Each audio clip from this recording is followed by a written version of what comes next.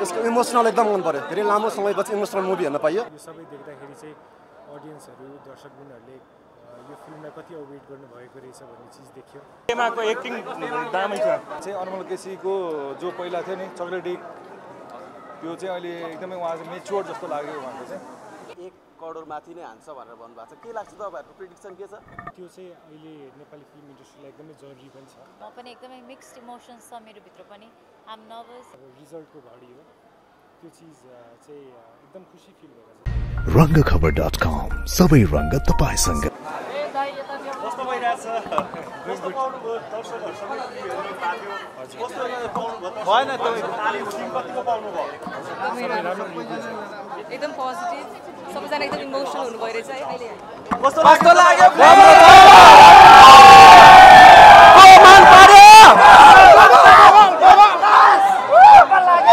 कस्तो लाग्यो? को मन पर्यो तपाईहरुलाई? अनमोल केसी। कसको क्यारेक्टर मन पर्यो? अनमोल केसी या अनमोल केसीको के कुरा मन पर्यो? एक्टिङ कस्तो लाग्यो? राम्रो छ। नेपालको माउन्ट एभरेस्टको बारेमा चाहिँ एकदमै धेरै राम्रो छ है। तपाईको जेरी अड्डप हेरेपछि के भन्नुहुन्छ तपाईहरु? कस्तो लाग्यो? फेरि अरूलाई पनि आइदिनु राम्रो छ, सबै आइदिनु होला, माया गरिदिनु होला। कस्तो लाग्यो तपाईलाई? एकदम राम्रो लाग्यो। पुरा मन पर्यो। यसको इमोसनल एकदम मन पर्यो। धेरै लामो समयपछि इमोसनल मुभी हेर्न पाइयो। एकदम खुसी अनमोल लाग्यो। केसी हुनुहुन्थ्यो भेट्नुभयो तपाईले? भेट एकदम राम्रो लाग्यो। कस्तो लाग्यो? एकदम राम्रो लाग्यो। के मन पर्यो? मेकिङहरु त्यो स्टोरीहरु राम्रो छ। एकदम दामी, एकदम बवाल लाग्यो। फिल्म दामी राम्रो लाग्यो। के चाहिँ मन पर्यो फिल्ममा? स्ट्रगल चाहिँ मन पर्यो। पेमा जस्तो हो। कुन क्यारेक्टर मन पर्यो तपाईलाई? हाम्रो पेमाले चाहिँ धेरै सङ्घर्ष गरेर माइकसम्म ल्याउनु भएको हो, तर लास्टमा उहाँलाई चाहिँ राम्रो ल्याउन बचाएर ल्याउन सकिएन। राम्रो छ, राम्रो राम्रो दामी छ, एकदमै दामी छ।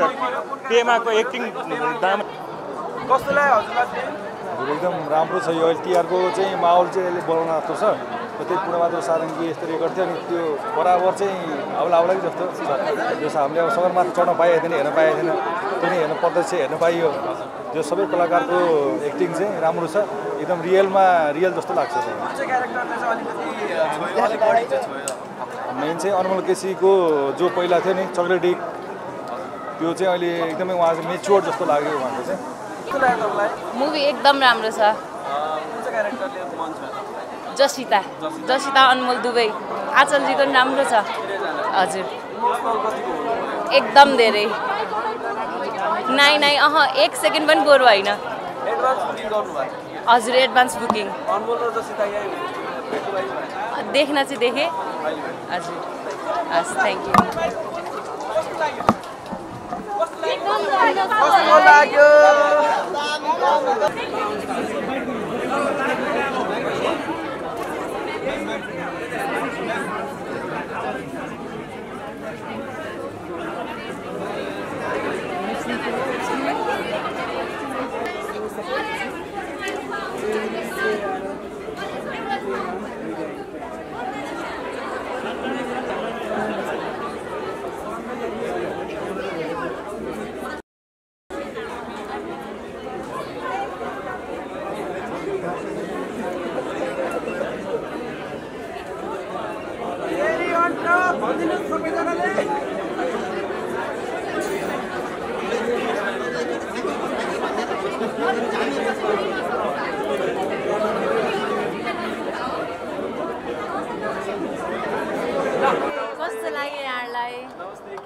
कस्तो प्रतिक्रिया पाइराख्नु भएको छ?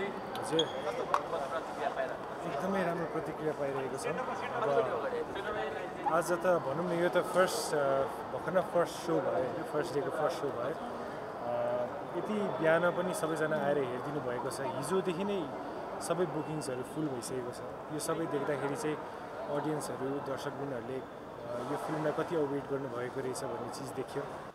र अहिले हामीलाई चाहिँ त्यही एउटा भनौँ न माउथ पब्लिसिटी, एउटा हुन्छ नि, एउटा वर्ड अफ माउथ चाहिँ कस्तो आउँछ भन्ने चाहिँ थियो। हामीले आफ्नो साइडबाट काम त राम्रो गरेको थियौँ, तर सबै दर्शकबिनहरू एकदम खुसी हुनुभएको छ। यो 3 घन्टाको फिल्म बाँधेर राखेको छ भन्ने प्रतिक्रिया पाइरहेको छ। सो आज पनि अरू विभिन्न हलहरूमा त अझ जान बाँकी नै छ। जस बिहानको एउटा दिनको राम्रो सुरुवात चाहिँ भएको छ। यता पेमाजीबाट बुझौँ न। हजुर कस्तो प्रतिक्रिया पाइराख्नु भएको छ? भेरी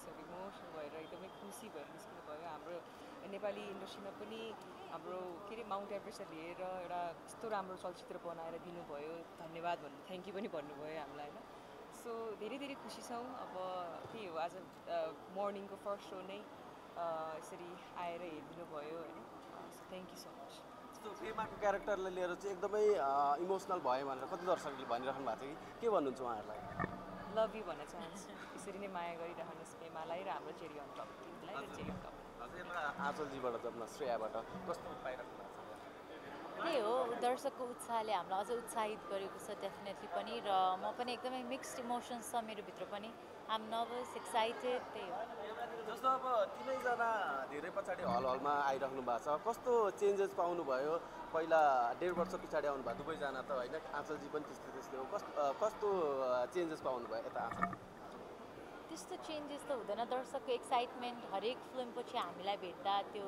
त्यति नै हुन्छ त्यति नै उत्साह हुन्छ दर्शकमा सो त्यही नै हो मलाई खुसी लाग्छ यहाँहरूलाई प्रत्यक्ष रूपमा भेट्न पाउँदा अनि उहाँहरूले रिलेट गर्नुभएको उहाँहरूको खुसी भएको धेरै खुसी लाग्छ कतिको मिस गर्नुभएको थियो दर्शकलाई यसरी हलमा आउँदा मिस भइहाल्छ किनभने फिल्म बनाएको उहाँहरूकै लागि हो एट दि एन्ड सो हामी एकदमै ब्लेस फिल गरेर आएको छौँ उहाँहरूसँग भेटेर भेटघाट गर्न पाउँदा त्यही नै यता अनुजजी हजुर कतिको मिस गर्नुभएको थियो 1.5 वर्षसम्म दर्शकलाई हलमा मेनली सबै दर्शकवृन्दको मायाको लागि नै हामीले काम गर्ने हो होइन र साक्षात् दर्शकवृन्दहरूसँग चाहिँ यसरी हल भिजिटमा आएर माया बाँड्न पाउँदाखेरि एकदमै खुसी फिल हुन्छ सायद यो चाहिँ हाम्रो रिजल्ट भनौँ न होइन एक्जामिनेसन त हामीले दियौँ र बाँकी यो चाहिँ अब रिजल्टको घडी हो त्यो चिज चाहिँ एकदम खुसी फिल भइरहेछ दर्शकवृन्दहरू आई थिङ्क यही टाइममा होला हामीले हाम्रो अडियन्ससँग चाहिँ क्लोजली आफ्नो कामलाई लिएर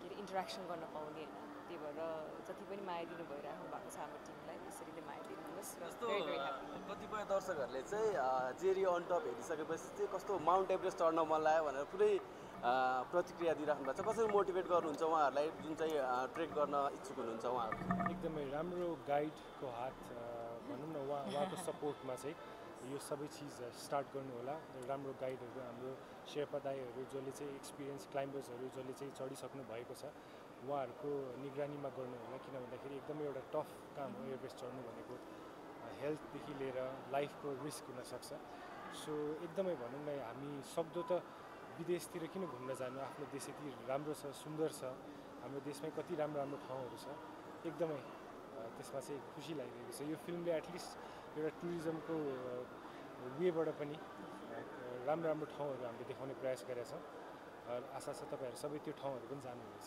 यता पेमाजीको केही छ सजेसन अफकोर्स अब उहाँले भने जस्तो एउटा राम्रो गाइड होइन डेफिनेटली चाहिन्छ माउन्ट एभरेस्ट भनेको हाम्रो चलचित्रमा भनेपछि इट्स नट अ जोक होइन एउटा लाइफ रिस्क हुने पनि हुन्छ त्यही भएर more than that I think of course हाम्रो नेपालको गौरव हो वर्ल्डकै गौरव भनौँ तर हाम्रो मेनली हाम्रो नेपालको गौरव हो Mount Everest so of course if you want to climb Mount Everest please go ahead but with all the प्रिकसन्सहरू अगाडि बढ्नु के छ सजेसन म त त्यही हो उहाँहरूले भनिसक्नुभयो एकदमै च्यालेन्जिङ पनि हो माउन्ट एभरेस्ट चढ्नु भनेको जोक होइन सो केयरफुल भएर चढ्नु होला सो भर्खरै मैले वितरकसँग कुरा गरेको थिएँ होइन उहाँले चाहिँ आजको अकुपेन्सी चाहिँ एकदमै बवाल छ 1 करोड माथि नै हान्छ भनेर भन्नुभएको छ के लाग्छ तपाईँहरूको प्रिडिक्सन के छ एकदमै भनौँ न जसरी हिजोबाटै बुकिङ्सहरू सबै हाउसफुल देखिरहेको छ एउटा राम्रो बिजनेस अचिभ हुन्छमा हामी पनि विश्वास राखिरहेको छौँ